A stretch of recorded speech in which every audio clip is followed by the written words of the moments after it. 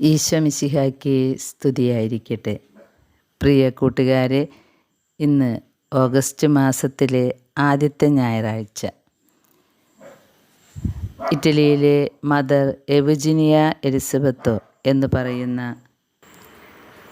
കന്യാസ്ത്രീക്ക് പിതാവായ ദൈവം കൊടുത്ത സന്ദേശമനുസരിച്ച് ഇന്ന് ഓഗസ്റ്റ് മാസം ആദ്യ ഞായർ പിതാവിനെ ഓർക്കാനും ബഹുമാനിക്കാനും നീക്കിവെക്കണം എന്ന് ആവശ്യപ്പെട്ട ഒരു ദിവസമാണിന്ന്. പിതാവായ ദൈവത്തിലേക്ക് എത്തിച്ചേരുക എന്നതാണ് നമ്മുടെയൊക്കെ ലക്ഷ്യം. യേശു വന്നതും അതിനായിട്ടാണ്. യേശു നമ്മോട് എപ്പോഴും പറയുന്നതും സ്വന്തം പിതാവിനെ കുറിച്ചാണ്. യോഹന്നാൻ 14:1-2 വചനം നമുക്കോർക്കാം. നിങ്ങളുടെ ഹൃദയം അസ്വസ്ഥമാകേണ്ട, ദൈവത്തിൽ വിശ്വസിക്കുവിൻ, എന്നിലും വിശ്വസിക്കുവിൻ. എൻ്റെ പിതാവിൻ്റെ ഭവനത്തിൽ അനേകം വാസസ്ഥലങ്ങളുണ്ട്. കുറേ വീടുകളുണ്ട് പിതാവിൻ്റെ സ്ഥലത്ത്.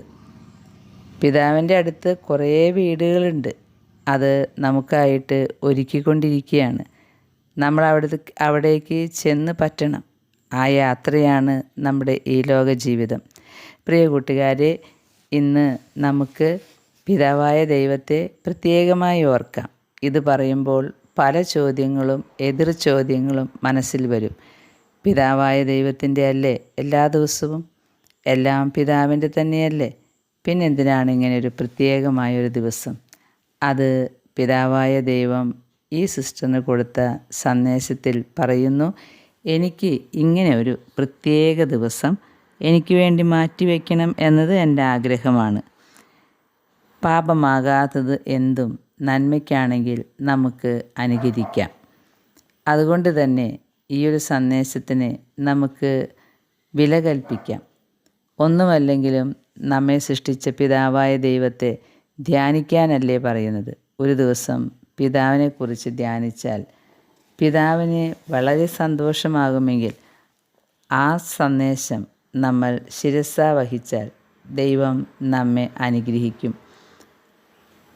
പരിശുദ്ധ കുർബാന സ്ഥാപിക്കാൻ പുത്രനെ ചുമതലപ്പെടുത്തിയത് ഞാനാണ്. തിരുവോസ്തി സ്വീകരിക്കുമ്പോൾ നിങ്ങളിലേക്ക് വരണം എന്നതാണ് എൻ്റെ ആഗ്രഹം. പിതാവ് പറഞ്ഞ ഒരു സന്ദേശമാണ് ഞാൻ വായിച്ചത്. ഞാൻ നിങ്ങളിലായാൽ എനിക്കുള്ളവയെല്ലാം നിങ്ങൾക്ക് വളരെ എളുപ്പത്തിൽ നൽകാൻ കഴിയും. നിങ്ങൾ എന്നോട് ചോദിക്കണം എന്ന് മാത്രം.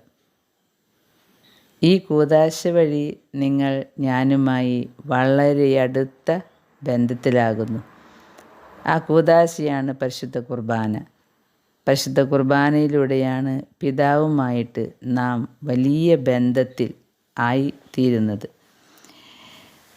പ്രിയ സഹോദരങ്ങളെ, പിതാവായ ദൈവം നമ്മെ എന്തുമാത്രം സ്നേഹിക്കുന്നുണ്ട് എന്ന് ധ്യാനിക്കാനായി ഇന്ന് തിരഞ്ഞെടുത്താൽ വളരെ വളരെ നല്ലതാണ്. പിതാവ് പറയുന്നു, വളരെയേറെ ആത്മാക്കളെ എൻ്റെ അടുത്തേക്ക് കൊണ്ടുവരാൻ നിങ്ങളെ സഹായിക്കുന്ന വളരെ ഫലപ്രദമായ മാർഗമാണ് ഇത്. ഞാൻ അറിയപ്പെടുകയും സ്നേഹിക്കപ്പെടുകയും ബഹുമാനിക്കപ്പെടുകയും ചെയ്യുന്നതിനുള്ള മാർഗം. ഇതിന് തുടക്കം കുറിക്കുന്ന ആദ്യത്തെ ആളുകൾ നിങ്ങളാകണം എന്നാണ് ഞാൻ ആഗ്രഹിക്കുന്നത്. സൃഷ്ടാവായ ദൈവത്തെ നമുക്ക് ആരാധിക്കാം.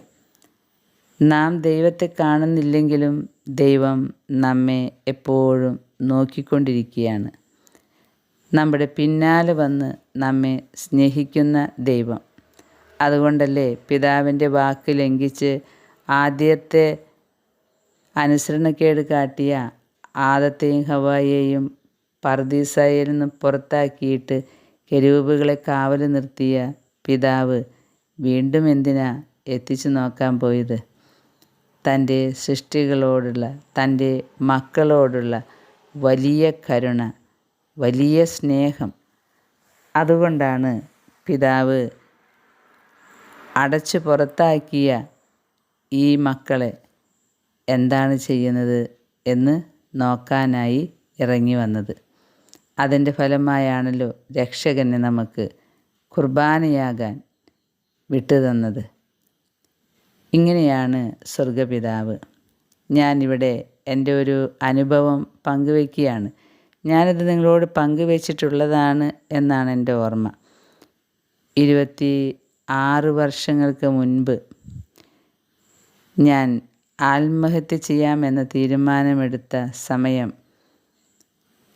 എൻ്റെ വീടിൻ്റെ വാതിൽ ഫ്രണ്ട് ഡോറ് തുറന്ന് ഞാൻ മുമ്പിൽ കാണുന്ന ആ വെള്ളത്തിലേക്ക് പോകാം എന്നാണ് വിചാരിച്ചത്. അങ്ങനെ ഞാൻ രാത്രി 12 മണി സമയത്ത് അങ്ങനെ പോകാനായി വാതിൽ തുറക്കാൻ നിൽക്കുമ്പോഴാണ് ഞാൻ എൻ്റെ പിതാവിൻ്റെ എന്ന് ഞാൻ വിശ്വസിക്കുന്ന ആ സ്വരം കേട്ടത്. ആ സ്വരം എന്നോട് പറഞ്ഞതിങ്ങനെയാണ്: മോളെ, നിനക്ക് നിന്നെ വേണ്ടെങ്കിലും എനിക്ക് നിന്നെ വേണം. കാരണം ഞാനാണ് നിൻ്റെ സൃഷ്ടാവ്. പ്രിയ സഹോദരങ്ങളെ, ഈ വചനങ്ങൾ എൻ്റെ മനസ്സിൽ എപ്പോഴുമുണ്ട്. നിനക്ക് നിന്നെ വേണ്ടെങ്കിലും എനിക്ക് നിന്നെ വേണം. കാരണം ഞാനാണ് നിൻ്റെ സൃഷ്ടാവ്. പ്രിയ സഹോദരങ്ങളെ, പിതാവായ ദൈവം നോക്കിക്കൊണ്ടിരിക്കുക മനുഷ്യ മക്കൾക്ക് എന്താണ് സംഭവിക്കുന്നതെന്ന്. ആ രാത്രി സമയത്ത് ഞാൻ എൻ്റെ ജീവിതത്തിൽ ആദ്യമായിട്ട് ഈ സ്വരം കേൾക്കുകയാണ്. അപ്പോൾ ഞാൻ ആരാണിത് എന്ന് വിചാരിച്ച് പെട്ടെന്ന് വാതിൽ കുറ്റിയിട്ട് ഇരുന്ന് ധ്യാനിക്കാൻ തുടങ്ങി. ആരായിരിക്കും ഇത്? അന്ന് പിതാവിനൊരൊറ്റ ലക്ഷ്യമേ ഉണ്ടായിരുന്നുള്ളൂ: ഞാൻ ആത്മഹത്യ ചെയ്തു പോകരുത്. പ്രിയ കൂട്ടുകാരെ, ഈ സ്വരം കേട്ടതിന് ശേഷമാണ് എൻ്റെ ചുമരിന്മേൽ ജെറമിയ 29:11 ഞാൻ കാണുന്നത്. എനിക്ക് നിന്നെക്കുറിച്ചൊരു പദ്ധതിയുണ്ട്, അത് നിൻ്റെ നാശത്തിനല്ല, ക്ഷേമത്തിന് തന്നെയാണ്. വർഷങ്ങൾക്ക് മുൻപിലെ കാര്യങ്ങളിലേക്ക് തിരിഞ്ഞു നോക്കുമ്പോൾ ഇതെല്ലാം അച്ചിട്ട പോലെ കറക്റ്റാണെന്ന് എനിക്ക് മനസ്സിലാകുന്നു. എൻ്റെ സ്വർഗീയ അപ്പച്ചൻ ഇന്നും എത്രമാത്രം മുന്നറിയിപ്പുകൾ തരുന്നു. അതുകൊണ്ടൊക്കെ തന്നെയാണ് ഞങ്ങളിന്ന് ജീവനോടെ നിലനിൽക്കുന്നതും. പ്രിയ സഹോദരങ്ങളെ, സ്വർഗപിതാവ് നമ്മുടെ കൂടെയുണ്ട്, നമ്മെ എപ്പോഴും നോക്കിക്കൊണ്ടിരിക്കുകയാണ്. ആ പിതാവിൻ്റെ അനന്തമായ സ്നേഹത്തെ നമുക്ക് ഈ നിമിഷം ധ്യാനിക്കാം. കഷ്ടപ്പാടുകൾ ഏറെ കൂടുമ്പോഴാണ് സ്വർഗപിതാവ് സ്വർഗം വിട്ടിറങ്ങി വരിക. സഹിക്കുന്നവരുടെ ഒപ്പം ആശ്വാസമായിട്ടാണ് പലപ്പോഴും ഇറങ്ങി വരുന്നത്. സ്വർഗപിതാവ് ഇറങ്ങി വരുന്ന ഒരേ ഒരു നിമിഷമാണ് പരിശുദ്ധ കുർബാന. പരിശുദ്ധ കുർബാനയിലേക്ക് എഴുന്നള്ളി വരുന്ന സ്വർഗപിതാവിനോട് നമുക്കും നമ്മുടെ കാര്യങ്ങൾ പങ്കുവയ്ക്കാം.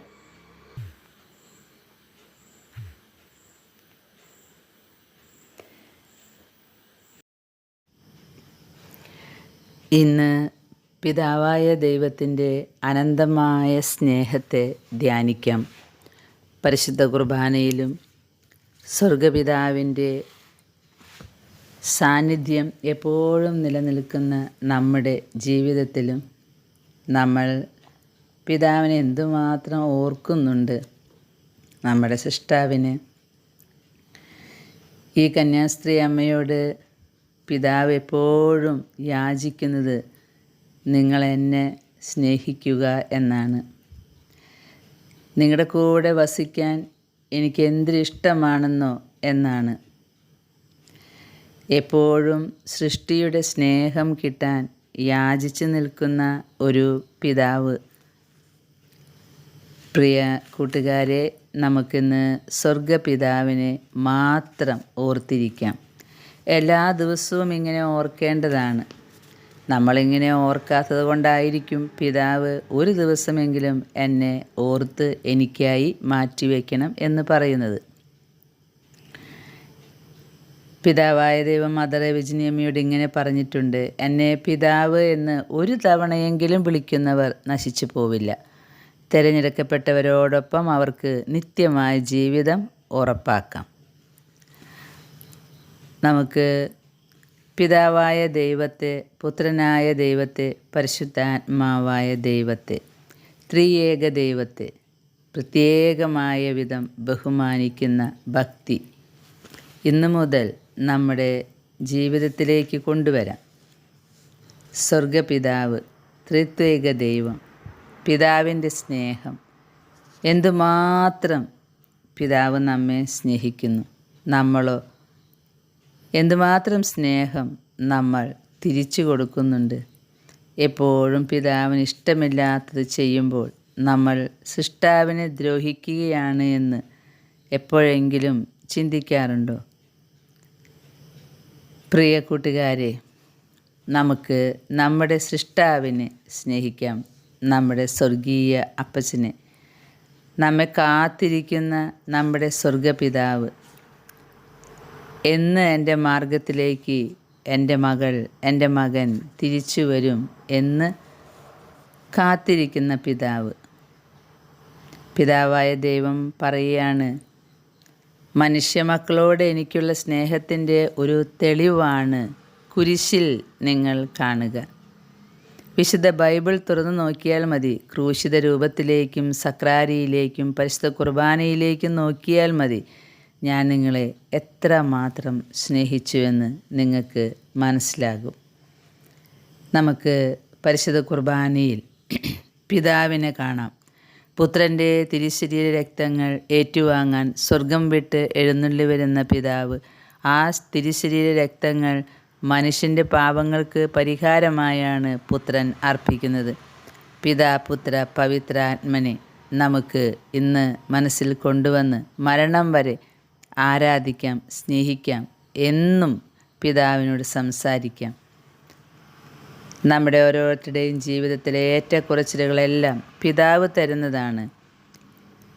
അതിൻ്റെ പിന്നിലൊരു വലിയ പദ്ധതിയുണ്ട്, നമുക്ക് മനസ്സിലാക്കാൻ പറ്റാത്ത പദ്ധതി. ചിലപ്പോൾ 30 വർഷം കഴിഞ്ഞായിരിക്കും ഈ പദ്ധതി മനസ്സിലാവുക. അതുകൊണ്ട് എല്ലാത്തിനും നമുക്ക് നന്ദി പറയാം.